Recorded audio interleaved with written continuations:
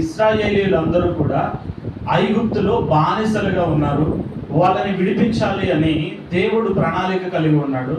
ఐగుప్తులో బానిసత్వంలో ఉన్న ఇశ్రాయేలీయులందరూ కూడా మొరపెడుతూ ఉన్నారు.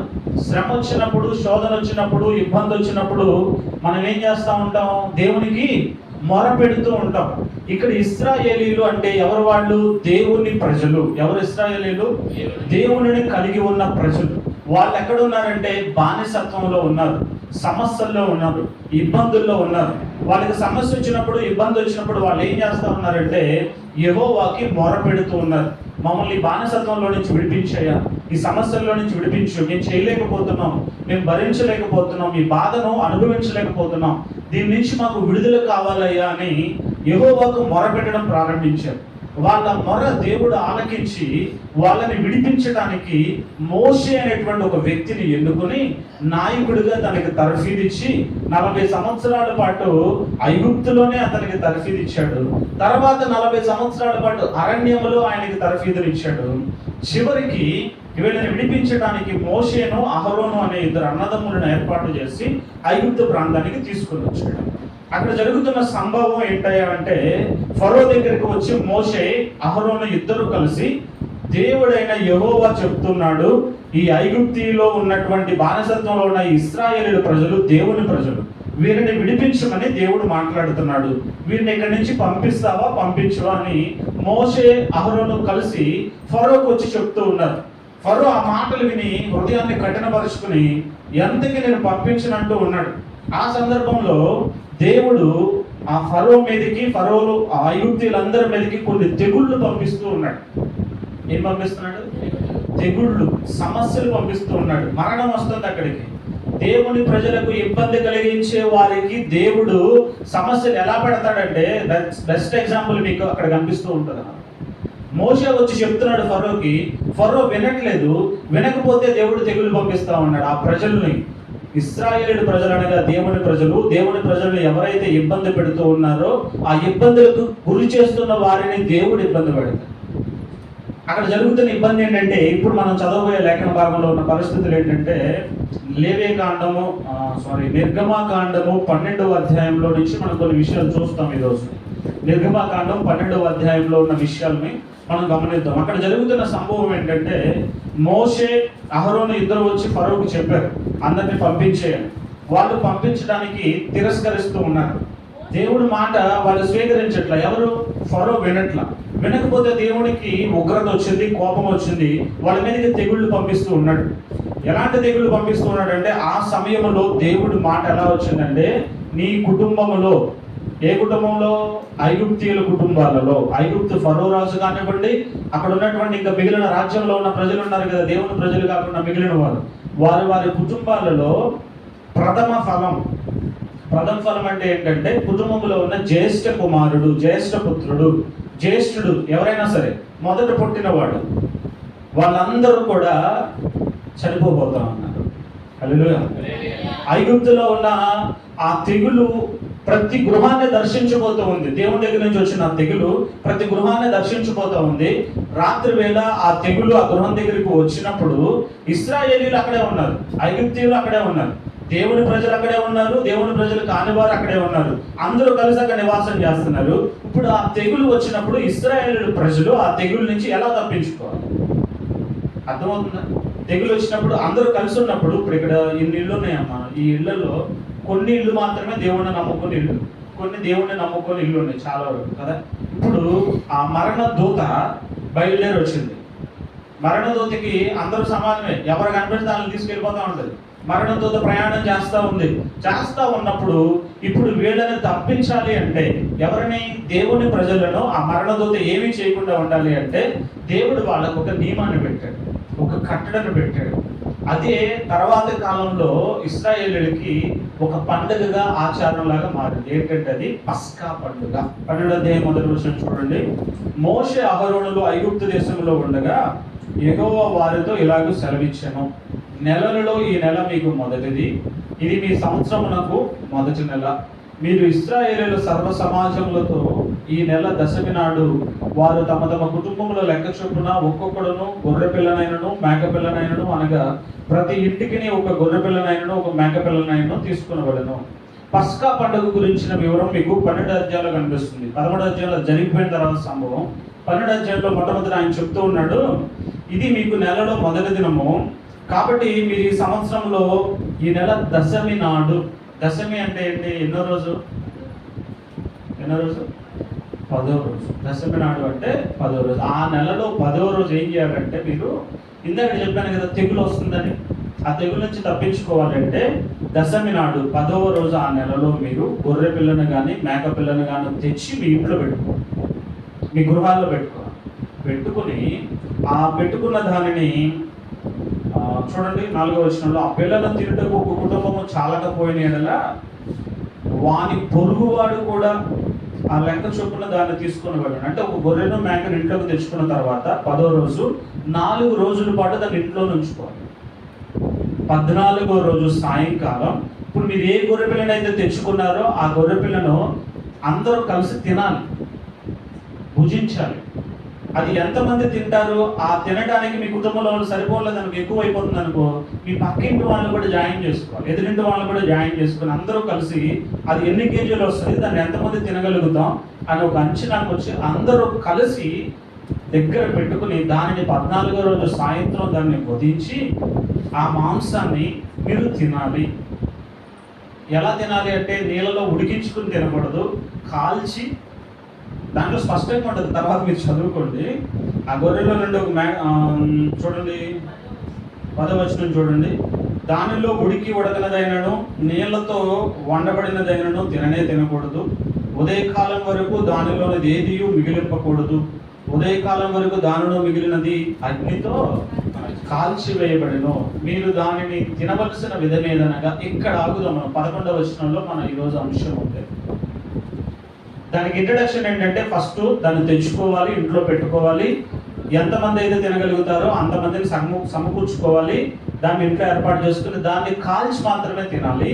సాయంకాలానికి ఆ రాత్రికి మొత్తం తినేయాలి. ఒకవేళ మిగిల్చుకోకూడదు ఉదయానికి. ఒకవేళ మిగిలిందంటే దాన్ని ఉదయం కాల్చేయాలి, కానీ ఎవరో తినకూడదు. దాన్ని తినేటప్పుడు మీరు ఎలా సిద్ధపడాలి, ఎలా తినాలి, ఎలా భుజించాలి అనేది ఇక్కడ చెప్తున్నాడు. ఇది దేనికి సాదృశ్యం అంటే, ఈ గొర్రె పిల్ల ఉంది కదా, గొర్రె పిల్ల కానీ మేక పిల్ల కానీ తెచ్చుకుని ఇంట్లో పెట్టుకోవాలి అనేది, ఆ గొర్రె పిల్ల యేసుక్రీస్తు ప్రభువుకు సాదృశ్యంగా ఉంది. ఈ 10వ రోజు దాన్ని గృహంలోకి తెచ్చుకున్నారు కదా.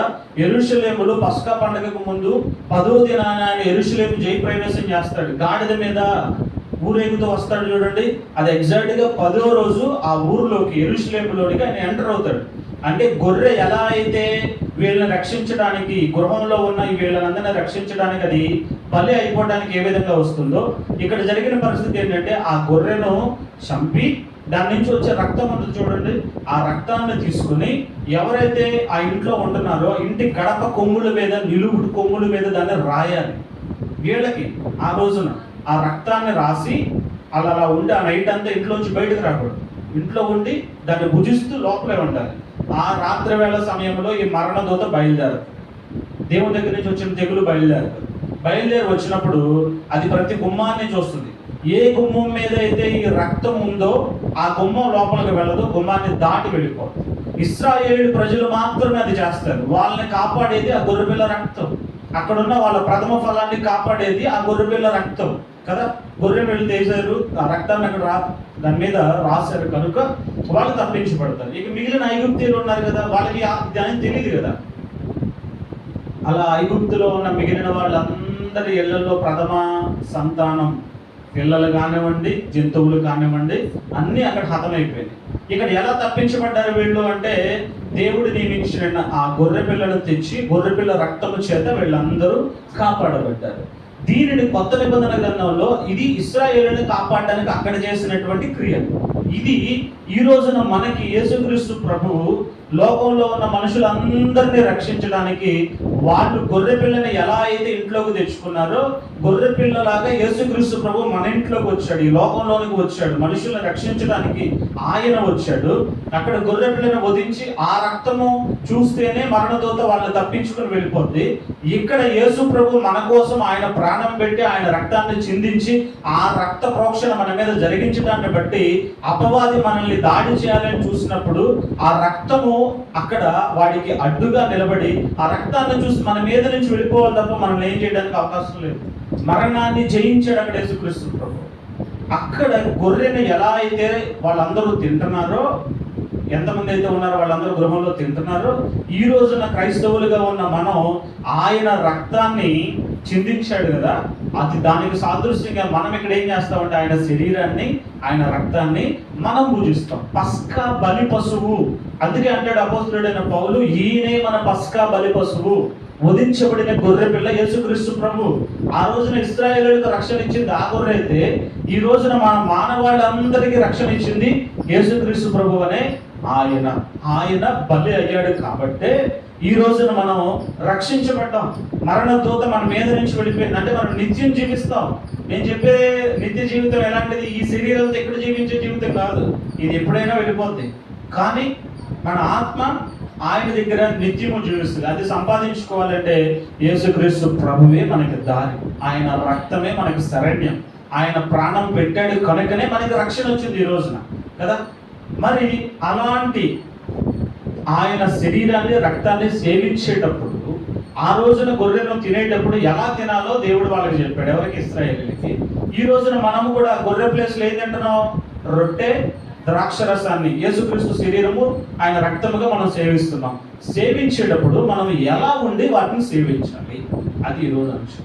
చూద్దాం, చూడండి 11వ వచనం, నిర్గమకాండం 12వ అధ్యాయం 11వ వచనం చూడండి ఒకసారి. మీరు దానిని తినవలసిన విధమేదనగా మీ నడుము కట్టుకొని మీ చెప్పులు తొడుగుకొని మీ కర్రలు చేత పట్టుకొని త్వరపడుచు దానిని తినవలెను. అది యెహోవాకు పస్కా బలి. హల్లెలూయా. ఎలా తినాలి అంటే ఆయన శరీరాన్ని రక్తాన్ని ఎలా పడితే అలా ఉండి తినకూడదు. మొదట ఇక్కడ చెప్పబడింది ఏంటంటే మీ నడుములను కట్టుకొనుడి. నడుమును కట్టుకోవాలి, నడుములకు దట్టి కట్టుకోవాలి, నీతి అనే దట్టి కట్టుకోవాలి. మన నడుములకు నీతి అనే దట్టి ఉండాలి. నడుములు కట్టుకోవడం అంటే నీతియుతమైన ప్రవర్తన మనం కలిగి ఉండాలి. నీతి లేకుండా, యథార్థత లేకుండా, నీతిగా మనం నడవకుండా ఆయన శరీరాన్ని మనం తింటే అది మనకు ఉరిగా మారుతుంది. హల్లెలూయా. ఆయన నమ్మావు, ఆయన వల్ల రక్షణ ఉందని నువ్వు గ్రహించావు, ఆయన నీ కోసం ప్రాణం పెట్టాడు, అది ఓకే, నువ్వు అంగీకరించావు, రక్షణ నీ దగ్గరికి వచ్చింది. ఆయన నీలోనికి వచ్చిన తర్వాత, నువ్వు రక్షించబడిన తర్వాత నీ ప్రవర్తన ఎలా ఉండాలంటే నీతిగా ఉండాలి. నీ నడుము కట్టుకుని ఉండాలి. నువ్వు ఆ నడుముకు కట్టుకున్నప్పుడు ఆ కట్టు ఒకసారి వదిలిందనుకోండి, ఇప్పుడు పల్లెటూళ్ళలో పొలం పనులు చేసేటప్పుడు బలమైన పని ఏదైనా బరువు ఎత్తేటప్పుడు నడుముకి కట్టుకుంటారు. గట్టిగా నడుముకు ఒక తువాలు ఉండదు కదా, అది నడుముకు కట్టి తర్వాత ఆ బరువుని వెయిట్ని ఎత్తుతారు కదా. ఎందుకు? ఆ నడుము సడలిపోకుండా, ఆ వెయిట్ మీద పడినా కూడా అది బెనగకుండా దానికి ఏమవుతుంది, అది సపోర్ట్ ఇస్తుంది, ఆధారం ఇస్తుంది. కాబట్టి నడుము కట్టుకోవాలి. మనకి ఇక్కడ ఏంటంటే సపోర్ట్ ఇచ్చేది దేవుని ఆత్మ మనలో ఉండేలా చేసేది, ఆయన రక్షణ మనతో ఉండేలా చేసేది నీతియుతమైన మన ప్రవర్తన. నీతి అంటే ఏంటి చెప్పండి? నీతి అంటే ఏంటి? ఆయన చెప్పింది చెప్పినట్లు చేయడమే నీతి. మీకు ఎక్కడ తెలుస్తుంది అంటే ఇది నోవాహు ఆయన దృష్టిలో నీతిమంతుడుగా ఎంచబడ్డాడు. ప్రపంచమంతా పాపంతో నింపబడింది, విచ్చలవిడితనంతో ఉంది, మరణం రాబోతుంది. ఆ సమయంలో దేవుని కనుదృష్టి వెతికినప్పుడు నీతిమంతుడు ఎవరైనా కనిపిస్తాడా అని ఇక్కడ చూసినప్పుడు నోవాహు కూడా నీతిమంతుడిగా కనిపించాడు. ఎందుకంటే నోవాహు దేవుని మాట వినే అలవాటు కలిగిన వాడు. నోవాహును దేవుని వాక్కు దర్శించినప్పుడు, నోవాహు యొద్దకు వచ్చి దేవుడు మాట్లాడినప్పుడు, నువ్వు ఒక ఓడను సిద్ధపరచాలి, ఓడను తయారు చేయాలి, ఇదిగో దాని కొలత ఇది, వర్షం రాబోతుంది. ఎలాంటి వర్షం అంటే అది ఆకాశ తూములు విప్పబడతాయి, 40 రాత్రింపగళ్ళు భయంకరమైన వర్షం రాబోతుంది అని దేవుని మాట వచ్చినప్పుడు నోవాహు దానికి లోబడ్డాడు. నోవాహు కుటుంబం దానికి లోబడింది. అందరూ కలిసి ఓడ తయారు చేయడం ప్రారంభించారు. చుట్టూ ఉన్న ప్రజలందరూ నోవాహుని పిచ్చోడా, ఎర్రిబాగులోడా, ఏం చేస్తున్నావురా నువ్వు, ఇక్కడ నీళ్లు లేవు, వర్షం అసలు మనం ఎంతవరకు చూడలేదు, పిచ్చి మాటలు మాట్లాడుతున్నావు ఏంటి నువ్వు. ఎంతమంది ఆయన్ని అవమానించుంటారండి నోవాహుని, రకరకాల మాటలు ఉంటారు. దేవుణ్ణి నమ్మిన తర్వాత, దేవుని ఎందుకు వచ్చిన తర్వాత వారు పిచ్చోడా, అబద్ధాలు ఆడకూడదా, అబద్ధాలు ఆడకపోతే డబ్బులు ఎక్కడి నుంచి వస్తే, నీకేమైనా పిచ్చి పట్టిందా, ఆడాలి, మోసాలు చేయకూడదా, చేయకపోతే మనం ఎలా బ్రతుకుతాం, ఎదుటోడు తొక్కితేనేగా మనం ఎదిగేది. మీ పాస్టర్లు అలాగే చెప్తారు, రా బాబు నువ్వు కానీ అని చెప్తారు. లోకమంతా దేన్ని సంపాదించడానికి ప్రయాసపడి అడ్డదారులు దొక్కుతుందో నిన్ను కూడా అదే అడ్డదారులు తొక్కేలాగా అట్రాక్ట్ చేస్తారు, సైడ్ ట్రాక్ తీసుకొస్తారు. కష్టం ఉండదు అక్కడ, అబద్ధాలు ఆడటంలో కష్టం ఉండదు, కానీ నిజం చెప్పడం చాలా కష్టం, నీతిగా ఉండడం చాలా కష్టం. ఆ కష్టమైన పని, ఇక్కడ నోవాహుకి ఓడ నిర్మించడం అక్కడ సామాన్యమైన విషయం కాదు. ఆ రోజుల్లో ఓడ అసలు ఎంత ఎవరు చూడాల, ఎలా ఉంటుందో తెలియదు. తెలియని దానిని దేవుని మాట విని ఆ మాట ప్రకారం చేయడం ప్రారంభించాడు. ఆయన మాట విన్నాడు అంతే, ఎవరు సపోర్ట్ చేయట్లా, వెనక్కి లాగుతూ ఉన్నారు. ఎన్ని మాటలు అన్నారో అవన్నీ పక్కన పెట్టి దేవుని మాటే నాకు ప్రాముఖ్యం, ఎవరైతే దేవుని మాట నాకు ప్రాముఖ్యమైన ఆ మాట చొప్పున నడుస్తూ ఉంటారో వాళ్ళు నీతిమంతులంతే, దేవుడి దృష్టిలో నీతిగా ఉన్నవాళ్ళు అంతే. నోవాహు నీతిగా ఉన్నాడు, దానిని బట్టి నోవాహు కుటుంబం అంతా రక్షించబడింది, సృష్టిలో ఉన్న జీవరాశులన్నీ రక్షించబడింది కదా. నడుములు కట్టుకోవాలి, నీతిని మనం అనుసరించి నడవాలి. ఆయన శరీరాన్ని, రక్తాన్ని మనం భుజించేటప్పుడు మన ప్రవర్తన ఎలా ఉండాలంట, నీతియుతమైన ప్రవర్తన మనము కలిగి ఉండాలి. నెక్స్ట్ ఏం చెప్తున్నాడు, మీ చెప్పులు తొడుగుకొని, చెప్పులు తొడుగుకొని అంటాడు. చెప్పులు తొడుక్కోవడం అంటే ఏంటంటే, చెప్పులు రెండు ఎలా ఉంటాయి, ఈక్వల్గా ఉంటాయి. చెప్పులు రెండు, ఒక చెప్పు వేసుకుంటా ఇంకో చెప్పు వేసుకోను, ఈ చెప్పుకి ఈ చెప్పుకి అంటే ఈ కాలికి పొసకట్లేదు అనుకోండి, ఒక కాలే నడుస్తుంది ఒక కాలే నడవనంది అనుకోండి, నడక ఎలా సాగింది. రెండు కాళ్ళు చెప్పులు వేసుకుని నడిస్తే రెండిటికి సమాధానం ఉండాలి. ఈ రెండింటి మధ్యలో ఏముండాలి, సమాధానం ఉండాలి. సమాధానం లేకుండా ఒకళ్ళు ఇటు భార్య భర్తలు ఉన్నప్పుడు ఇద్దరు, ఒకళ్ళేమో ఇట్లా ఆగుతూ ఉంటే ఒకళ్ళు ఇట్లా ఆగుతున్నారు అనుకోండి. మీకు బెస్ట్ ఎగ్జాంపుల్ మనం చూస్తూ ఉంటాం, ఎద్దుల బండి. ఎడ్ల బండ్లు రెండు ఎద్దులు ఉంటాయి, ఒక ఎత్తు ఇటు వెళ్తా ఒక ఎత్తు ఇటు వెళ్తా ఉందనుకోండి, ఎటు వెళ్తుంది ఆ బండి. ఎద్దుల బండి తోలేవాళ్ళు ఇద్దరు డ్రైవర్లు ఉన్నారనుకోండి, దాని మీద చాలా డేంజర్. మన బండి అనుకోండి, క్లచ్ బ్రేక్ మన హ్యాండ్ ఓవర్లో ఉంటాయి, ముందు కూర్చుంటాం. కానీ ఎద్దులు ఎలా నడుస్తాయి అంటే వాళ్ళ నోటి నుంచి వచ్చే శబ్దాన్ని బట్టి నడుస్తాయి. అవి ఆగాలంటే ఒక కోడ్ ఉంటుంది అక్కడ, ట్ర ట్ర అంటారు, అది ఆగింది. ఏదో ఒక లాంగ్వేజ్ ఉంటుంది వాళ్ళకి, హట్ హట్ అంటే పరిగెడుతుంది. అట్లా కొత్తగా నేర్చుకునే ఎవడని ఇద్దరు ఉన్నారనుకోండి, అందులో తొండరోడు అనుకోండి, వీడు ఆగాలనుకున్నప్పుడు వాడు వెళ్ళేటట్టు పరిగెట్టేటట్టు సౌండ్ చేశాడు అనుకోండి, అది ఎలా పరిగెడుతుంది. కుటుంబాల్లో కూడా భార్య భర్తల మధ్యలో ఒకళ్ళేమో దూకుడుగా ఉంటారు, ఒకళ్ళు తక్కువగా ఉండేవాళ్ళు ఉంటారు, నెమ్మదిగా ఉండేవాళ్ళు ఉంటారు. ఎలా ఉన్నా ఏమున్నా సమస్యలు ఎన్నొచ్చినా మనం ఎలా ఉండాలి, సమాధానంగా ఉండాలి. సమాధానం లేకుండా వచ్చి ఆయన శరీరాన్ని రక్తాన్ని సేవిస్తే అది మీకు గురే తెలుసా. చాలా మంది ఎలా పడితే అలా ఉండి ఎవరితో పడితే వాళ్ళతో గొడవలాడేసి పోట్లాడేసి ఏది పడితే తిట్టేసి దేవుని సన్నిధికి వచ్చి అయ్యా స్తోత్రం స్తోత్రం స్తోత్రం అంటారు. బయటికి వెళ్ళంగానే నోటి నుంచి బూతులు వస్తే వాళ్ళ ఆత్రం అంతా అక్కడ కనబడుతుంది. ఇక్కడికి వచ్చి స్తోత్రం స్తోత్రం అని రొట్టె తీసేసుకుంటారు. నువ్వు మనుషులందరికీ కనబడేటట్టు పెద్ద పెద్దగా ప్రార్థనలు చేసినంత మాత్రాన నీతిమంతుడు కాదు.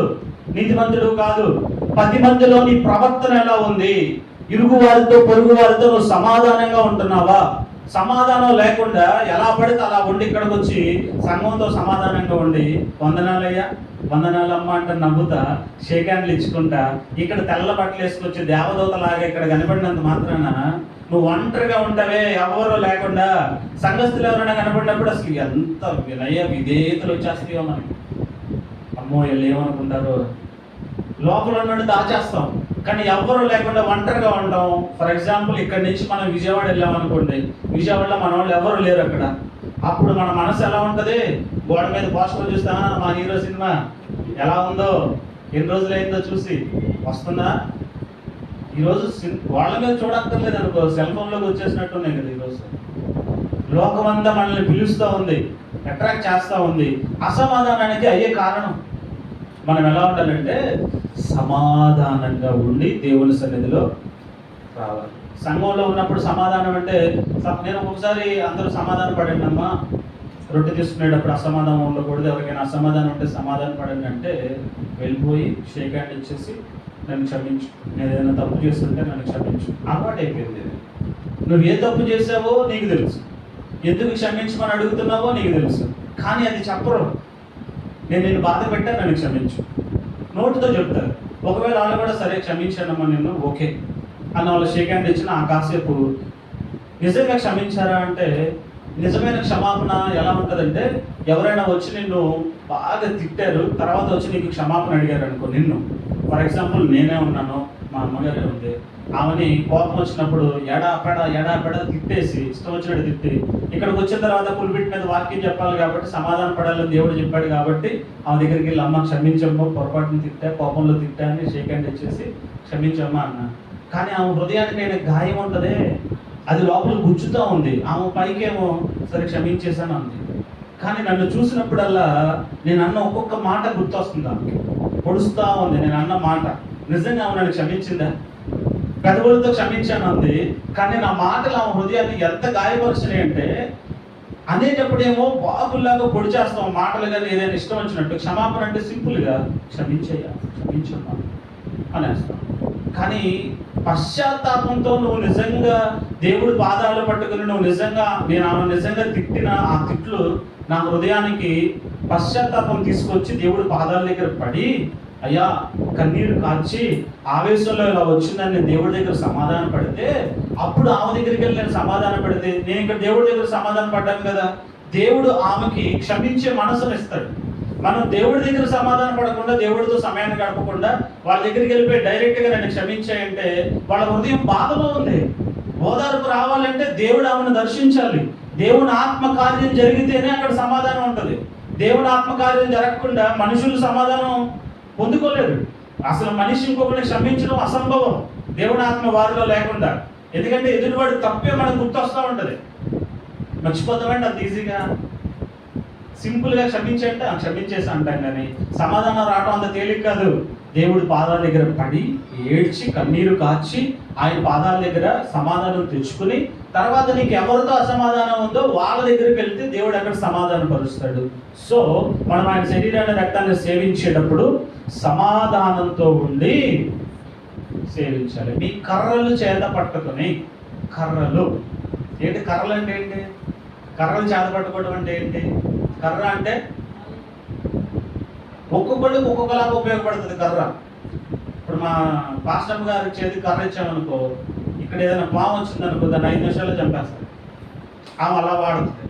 ఆ వెనకాల కూర్చొని మా అమ్మగారికి ఇచ్చామనుకో కర్ర నడవడానికి వాడతారు. పిల్లలకి ఎవరికైనా కర్ర ఇచ్చామనుకో ఒకటి తలకే ఒకటి పగలు కొట్టుకుంటారు. కర్రను వాడే విధానం ఒక్కొక్క ఏజ్లో ఒక్కొక్క రకంగా ఉంటుంది కదా. కర్రలు చేత పట్టుకొని, ఇక్కడ వాళ్ళకేమో నడవాలి అంటే నడవడానికి అది ఊతాన్ని ఇచ్చే కర్ర, వీళ్ళకేమో వీళ్ళ అల్లరి క్రియలు చేయడానికి ఉపయోగపడేది కర్ర, ఆమెకేమో ఒక పామును చంపడానికి ఉపయోగించే ఆయుధమే ఆ కర్ర. అంటే నీ ముందున్న స్థితిని దేన్నైనా నువ్వు చేయబోయేదాన్ని, నీకు ఆధారమైన దాన్ని నువ్వు చేత పట్టుకుని, దేవుని వాక్యమే కర్ర. ఇంకో మాటలో చెప్పాలంటే దేవుని వాక్యాన్ని చేతపట్టుకోవాలి. ఆయన వాక్యాన్ని చేతపట్టుకోవాలంటే వాక్యాన్ని మనం చదువుతూ ఉండాలి. ఎవ్రీడే, ప్రతిరోజు ధ్యానం చేస్తూ ఉండాలి. వాక్యాన్ని చదివి ఆ వాక్యం అనే కర్రని చేత పట్టుకొని, అంటే వాక్యం చేతిలో ఉందనుకో, ఆయుధం చేతిలో ఉందనుకో, దుష్టుని మనము ఈజీగా తరిమి కొట్టగలం. ఆయుధం లేకుండా ఉంటే మనల్ని మనం కాపాడుకోగలుగుతామా? కుదరదు. కాబట్టి ఇక్కడ 3 విషయాలు. ఒకటి ఏంటి? ఫస్ట్ ఏంటి?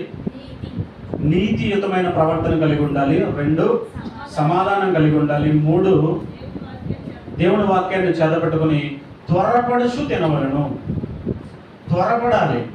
త్వరపడటం అనే మాట ఎందుకు వాడబడిందంటే చాలా మంది ఆయన అంగీకరిస్తారు, ఆయన రక్షకుడని నమ్ముతారు, ఆయన దగ్గరికి వస్తారు, ఆయన వల్ల నేను మేలు పొందుకున్నానని చెప్తారు, కానీ త్వరపడి బాప్తిసం తీసుకోరు.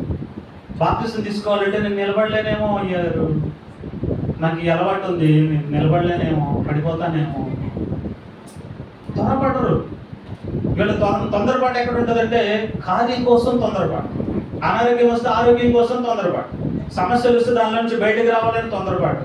అంతేగాని నేను దేవునిలో ఎదగాలి, దేవుని గురించి తెలుసుకోవాలి, దేవుని బిడ్డగా పరిపూర్ణంగా నేను మారాలి, బాప్తిస్మము తీసుకుని అందరి ఎదుట నన్ను నేను ఆయన బిడ్డను అని కనుపరుచుకోవాలి అనే విషయంలో తొందరపడరు. మనం తొందరపడాలి, ఎందుకంటే ఆయన రాకడ సమీపంగా ఉంది.